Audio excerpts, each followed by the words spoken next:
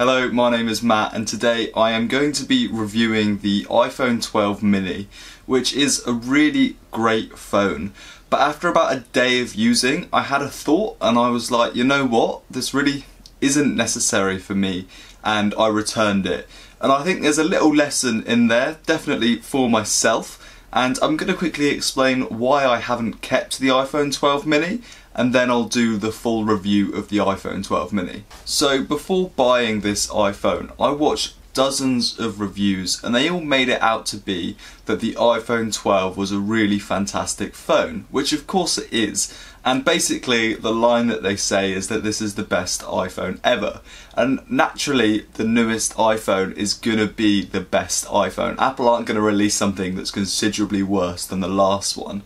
But when you watch these iPhone reviews, you'll notice that very rarely the predecessors get mentioned. So in an iPhone 12 review, it's kind of unlikely that you'll hear anything about an iPhone 11, an iPhone 10. And for me, I think that kind of just makes it really hard to make the comparison between what you already own and what you're about to buy. And it definitely, for me again, made it feel like the iPhone 12 was just leaps and bounds ahead of my already existing iPhone 10. So I do really love the iPhone 12 mini and I think that the design is fantastic. I love the squared off edges and the size is perfect for me. Like a really big thing for me was that I wanted a smaller phone. I wanted a phone that was a little bit less intrusive, something a bit smaller in my pocket.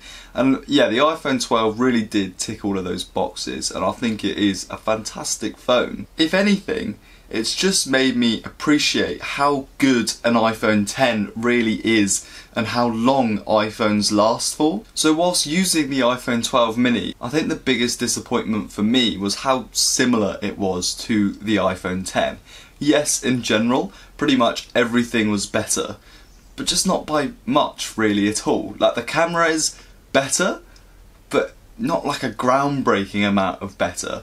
And the performance is better, but again, it's not groundbreakingly better. The camera on this really is fantastic. So I think the biggest lesson for me is if you're going to be buying an iPhone 12 or an iPhone 12 mini or anything, any new iPhone really, you don't need to upgrade, and I think you'll be disappointed with the upgrade if you're buying from anything newer than an iPhone 10. If you've got an iPhone 8, then it will still feel new and fun because it's got the new design, it's got the full screen display and Face ID. So anything iPhone 8 or older, the upgrade will be really fun for you. But if you've got an iPhone 10, I think I'd just hold on to it a little bit longer. Really just keep it going because there's not that much difference in it and you might find yourself like me and a little bit disappointed with the upgrade. So now I'm actually going to give you the full review of the iPhone 12 mini and I'm going to be doing a little bit of comparison between my iPhone 10 here and there. So this iPhone has a 5.4 inch display and I must say I did expect it to be a little bit smaller than it is. A lot of reviewers compare it to the iPhone 12 Pro Max as they came out at the same time. So naturally comparing the smallest iPhone with the biggest iPhone makes the smallest one just look tiny. But really, it's actually not that small of a phone. So here it is next to the original iPhone SE and an iPhone 10.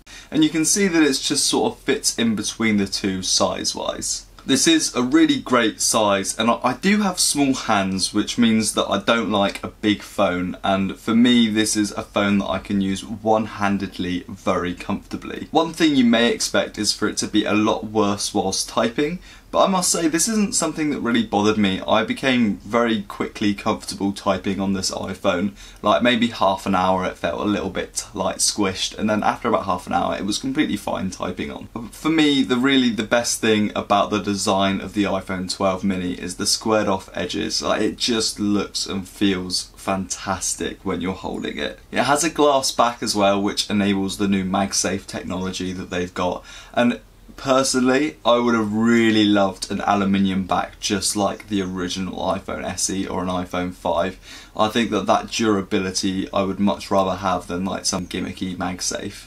Moving on to performance, I don't really know what to say here because it's just fantastic. It's the latest iPhone, it's got the latest processor, it's really good.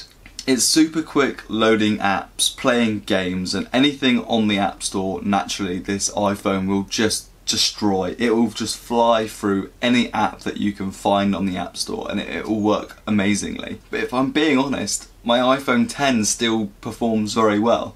Admittedly, the 12 mini is definitely faster and performs better, but the gains, it's maybe shaves a few seconds off app loading time, and things maybe run at a slightly higher frame rate when you're playing a game. And I think in normal use, this performance doesn't really come through that much at the moment. So let's talk camera, and I think when upgrading your phone, especially when you're getting the latest iPhone, a camera is really something that you're going to be considering, and for me was one reason why I was really close to keeping the 12 mini. All of the other incremental upgrades I was kind of fine with, because the camera is considerably better than the iPhone 10. So beginning with the front facing camera, this is just notably wider than my iPhone 10 and a lot sharper. So I took some selfies here, and you can see the photos side by side, and you can see just how clear the iPhone 12 mini is compared to the iPhone 10.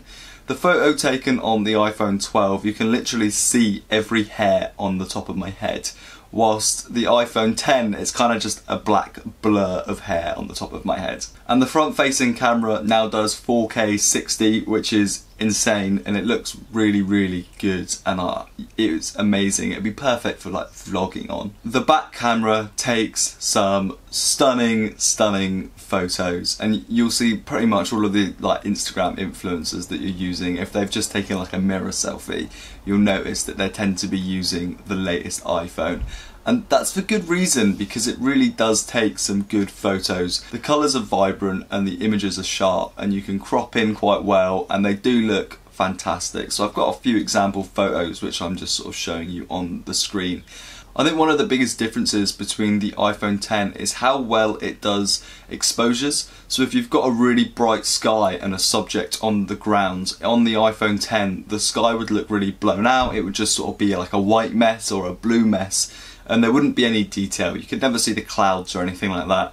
But on the iPhone 12 mini, you can really see the details in the sky and also the details of the subjects that you're taking the photos of. Admittedly though, I'm not always a fan of the way that the iPhone 12 mini processes photos. One of the things that I loved about the iPhone 10 is that the colours, whilst maybe a little bit boring, were always true to life. It always kind of just looked like what was in front of you.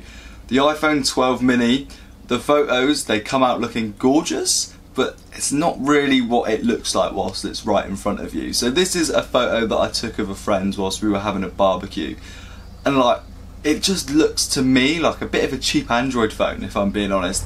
The grass was definitely not that green, the flowers weren't that yellow, like nothing, it just didn't look like that. His clothing wasn't that bright. It looks a bit weird to me when it's so oversaturated and like weirdly colourful.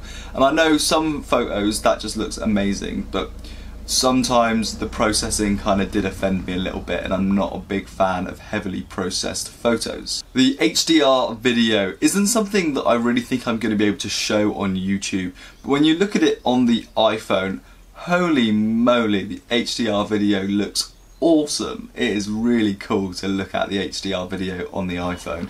However, I think I've watched the videos on my iPhone 10 and I've watched videos on my laptop, and it still looks great. The video on here it's best in class. It's 4K 60 video. I don't think you're gonna find an iPhone or a phone that's got a better video camera than this. And it's all like, yeah, the video truly is fantastic. So I speak very fondly of the iPhone 12 mini. However, for me personally, it just isn't quite there yet to justify the expensive upgrade. I spent £550 on the iPhone 12 mini, and it's a lot of money for something that felt very similar to what I owned before. So I think I'm going to keep my iPhone 10 for maybe 1 to 2 more years, and I will upgrade eventually when there's a new iPhone that comes out and it's something that excites me a little bit more. However, if you are in the market, you have an older iPhone and you're ready to upgrade, you won't be disappointed by the iPhone 12 mini. But I'm being honest, in my honest opinion, if you've got a newer iPhone, hold on to it. I think I would recommend holding on to it, because you might be a little bit disappointed if you're upgrading from a newer phone, just because they're so similar. The notch is the same size. That's one thing I didn't mention. The notch on the 12 mini just felt humongous. I think it's the same size as on a 10, but on a tiny display, and it's a lot more distracting than it was on an iPhone 10. Anyway, thank you for watching. I've got a lot more videos planned. I'm currently in my final year of university, which is why I've not uploaded in a while. And also the tech that I want to review, like, I can't afford it all.